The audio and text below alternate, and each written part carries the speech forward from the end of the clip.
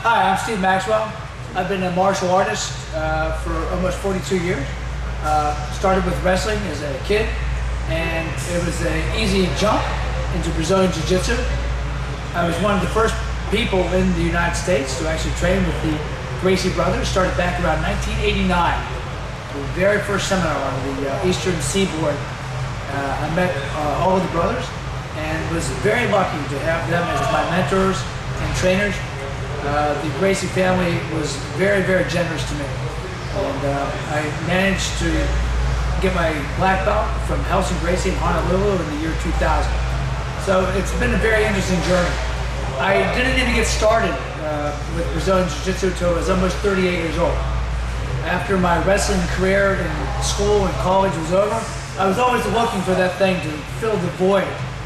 I tried many things. I tried Muay Thai, Kung Fu, various forms of karate, and I just was a natural grappler. And I was always drawn to grappling. But at that time, wrestling was the only game in town. I tried a little judo and so forth, but man, when I discovered the Brazilian Jiu-Jitsu, it was a love affair at first sight. And spent many, many years now, since 1989, trying to perfect my skills and my teachings. Opened up a place called Maxwell in Central City, Philadelphia. It was the very first school in Philadelphia, and one of the few schools on the East Coast at that time. And it was a destination point for many, many people. Anyone in that area came through my school at one point. Now there's many black belt professors in the area, but they all got to start with me, Steve Maxwell.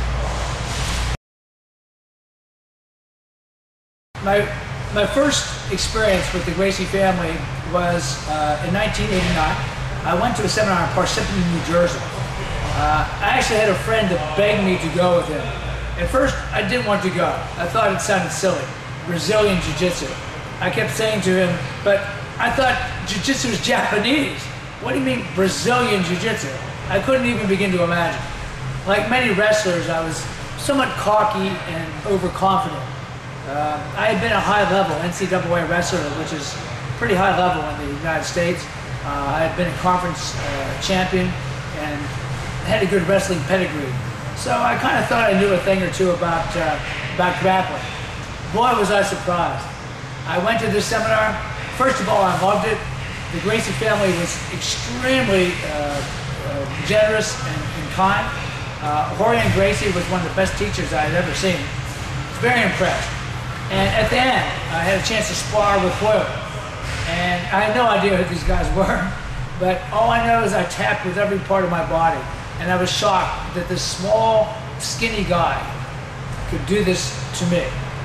And I said to Jorge at that time, I says, wow, how can I learn this martial art? How can I become a teacher of this martial art? And at that time, the only game in town was the Gracie Jiu-Jitsu Academy in Torrance, California. And he said, Steve, you got to come on out. So that's exactly what I did. I would make frequent trips from Philadelphia to California. I would have so much money I'd be willing to spend.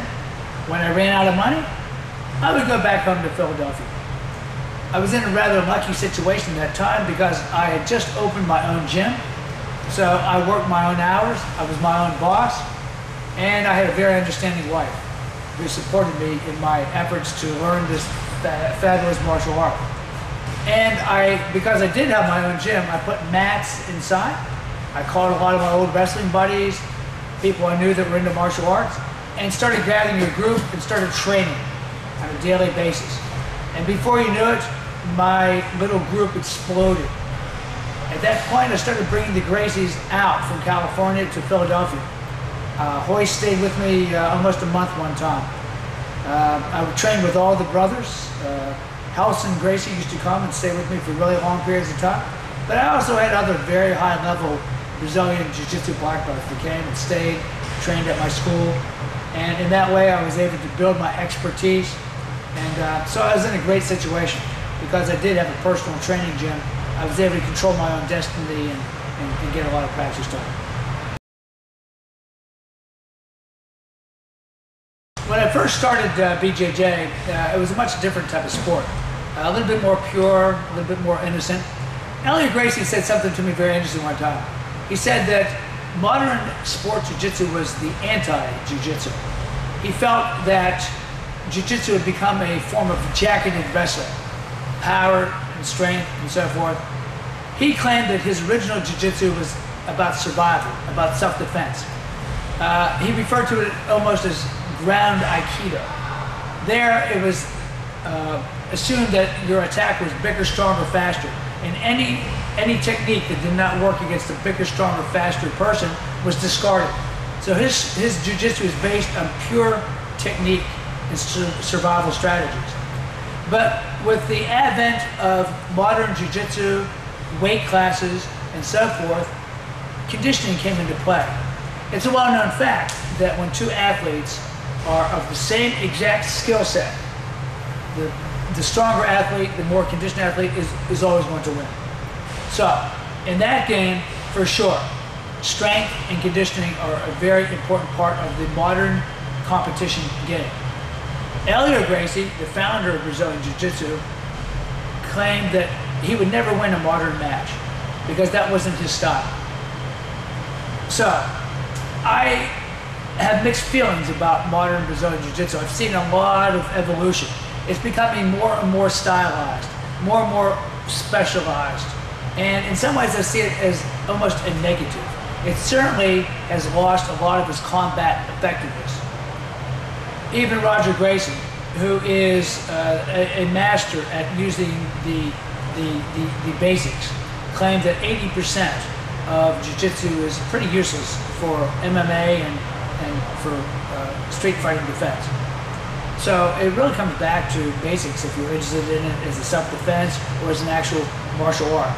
But if you just like the game of Jiu-Jitsu as a competitive sport, like I say, I do have mixed feelings. I think the 50-50 guard was a step in the wrong direction. It's just very boring for the fans. It's just basically a form of stalling. I would like to see them get rid of it, actually, if you want to know the truth. Just my opinion, of course. It's always changing. You really got to keep abreast. If you don't keep up with the changes, you have no hope of winning in modern competition. The Olympics are about to start in London just in another few weeks. But next Olympics in 4 years will be in Rio de Janeiro, Brazil. And there is some talk that Brazilian Jiu-Jitsu could be an Olympic sport, a demonstration sport. Whether it will ever be included in the modern Olympic Games remains to be seen. I think they're going to have to clean up the officiating a little bit more, although they've done a great job the past few years. In the past, the refereeing was pretty bad, but now the refereeing is much more professional. One problem that is really endemic in the sport is the use of anabolic steroids and performance-enhancing drugs. This is a huge problem. And there's been a lot of talk about this. If they're ever going to be accepted as an Olympic sport or as a world-class sport, they're going to have to clean up the drug problem. They're going to have to enact random testing like they do in other sports, and they're going to have to be very strict and make some serious consequences for these practitioners that are abusing the drug. Right now, there's no drug testing, and it's well known that the sport is being ruined by rampant drug use. As a competitive wrestler, I was always interested in ways to condition myself for wrestling. So I already knew a lot about preparation for competition wrestling. Later, I just used some of that knowledge to train for Jiu-Jitsu. As an early practitioner, of course, I entered many tournaments. I entered the Gracie National Championships. I went to, at that time there was no Grappler's Quest, there was no Naga, but there was the Brazilian Jiu-Jitsu Pan American Championships, and there was the World Championships. Now, I got started a little bit late, so I was a little over the hill, you might say, to enter the regular adult. But they have a fabulous competition every year in Rio called the World Master Senior Championships. It's basically for 30 and over. Very, very fair, very good tournament. It's your belt, your age, your rank, your weight. Nothing can be more fair. So I entered into this competition and won 3 world championships, 2 at brown, 1 at black belt. But the thing was, there was nobody my age group to compete with. So I would usually go down 2, sometimes 3 age groups to find people to fight. Also the Pan American Championships I would enter every year. That was a very, very popular tournament. They also had very well-defined age groups. I won 9 Pan American Championships in my division and in my age group.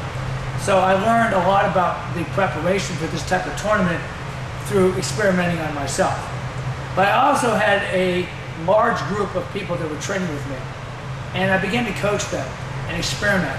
I had so many people to work with, it was very easy to figure out what worked, what didn't work. So the things that were really good, I would keep in my system, and the things that didn't work so well, I would get rid of.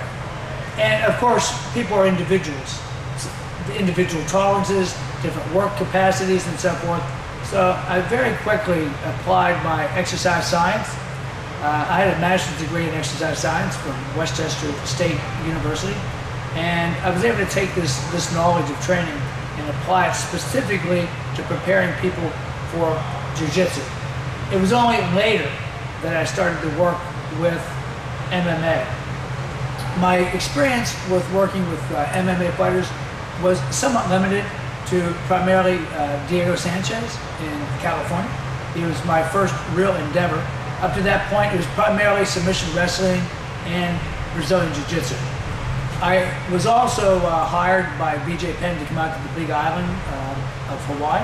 I worked with him for a couple of weeks in Hilo, but because I didn't have a gym at that time, he wanted to come and leave Hawaii. So because I didn't have a gym, he went with the Borilački brothers. But I actually had the opportunity to work with him. It was quite an amazing athlete. So now I also get a chance to work with Joe Rogan in California.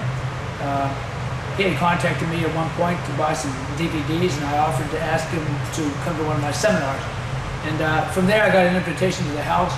So I've come up with some different programs for him. I taught him some Russian kettlebell training. I showed him my system of conditioning for MMA and martial arts, and of course he liked it very much. So I see Joe Rogan on and off again anytime I'm in California. As far as I see it, MMA is a very tough way to make a living. First of all, there's very, very few people that are ever going to be in the UFC. There's no doubt that these guys are incredibly talented people, but you really, really have to take into consideration the type of damage that it does. I mean, there's no doubt that taking punches to the head and the type of abuse you suffer is harmful. You are definitely shortening your life by participating in a sport like this. I'm not particularly against MMA, but I certainly wouldn't want to see my son make a full-time career. At some point, he may decide that he wants to try MMA, but it's a very, very hard way to make a living. Fighters make very little money. The payday is very small. Your career window is very, very short. So I guess my main message is this. You definitely need something, a way to make a living. You need something to back yourself up. So it's very important to get your education so that you can have a career outside of MMA. Not that many people are going to be able to make a living running jiu-jitsu schools or MMA schools. It's also not so easy to make a living. So I would say definitely have some other career choices lined up, because the injury rate is extremely high, and it's just a very hard road to go. My son Zach Maxwell, he's got a lot of publicity lately. Fantastic jiu-jitsu player, new black belt, still just kind of growing into it. He's already made some major victories. He started as a very young little boy with me, mostly in the form of play. He didn't really seriously start training until he was about 12, 13 years old. But up to that point, he had been training all his life, just disguised his play, his games, always keeping it fun, never making him feel like it was like a real lesson. I did run kids classes at my school, Maxwell, and he competed from a very, very early age. But it was always fun. You know, I just left him be a little kid, no pressure. Later, Hedges Lebre, a fantastic black belt, also a master world champion, came up and helped me run my school and took over as Zach's coach, because it's really hard to coach your own kid. There's always that little family dynamic thing going on there. And he just had a way. Hedges might be one of the better coaches I've ever known in my life. I learned a lot about coaching and psychology. I actually considered him my coach when I competed in my age division. And he did a fantastic job with Zach and really brought out the best in him. So Zach has not won a world championship as a black belt yet. He did win the Worlds as a brown belt, won multiple Pan Am titles, U.S. national titles, really made a good name for himself. I have no doubt in my mind that he will be a black belt world champ. There's only 2 people that have won the Worlds as a black belt outside of Brazil. It's always been Brazilian guys. And I'm hoping Zach might be the 3rd guy. No one has done it. The Brazilians are just that far ahead in this game. So, but the Americans are catching up very soon. Actually, if you want to know the truth, if you want to really learn the BJJ MMA game, best place to go is probably California. All the best guys are all in the San Diego and Los Angeles area. That's where the highest level is. There's still some great guys in Brazil, but truth be known, the highest level is pretty much on the west coast of the United States at this point. And certainly for MMA, you got to go to either New Mexico or Seattle or California at some point. Arguably maybe Montreal with GSP up there. I mean, these are really the top places to get training. Actually, to tell the truth, I was always a specialist. I never really did enjoy playing other sports too much. I mean, I enjoyed recreational sports. I used to race mountain bikes. I used to be very good at canoeing, open type of canoe, not kayak. I used to do a lot of these type of outdoor things. I used to love trail running. I still run on trails, just for fun, for my own pleasure, not to race or anything like this. I always enjoyed training outside. I don't really use equipment anymore, just mostly bodyweight training outside in parks and so forth. And I love nature. You know, find a rock and lift a rock, and sometimes I use rubber band cables and things like this that I can carry in my bag. But since I've traveled full time, pretty much my gym is my body, and whatever I can fit in my little suitcase. But I do enjoy watching NFL football. It's always been like one of my favorite sports to watch. Started watching when I was a little kid, and I do like the World Cup soccer. Soccer is not very popular with most Americans, but because I've been around Brazilians so much, I started really getting into watching soccer, football, as the rest of the world calls it.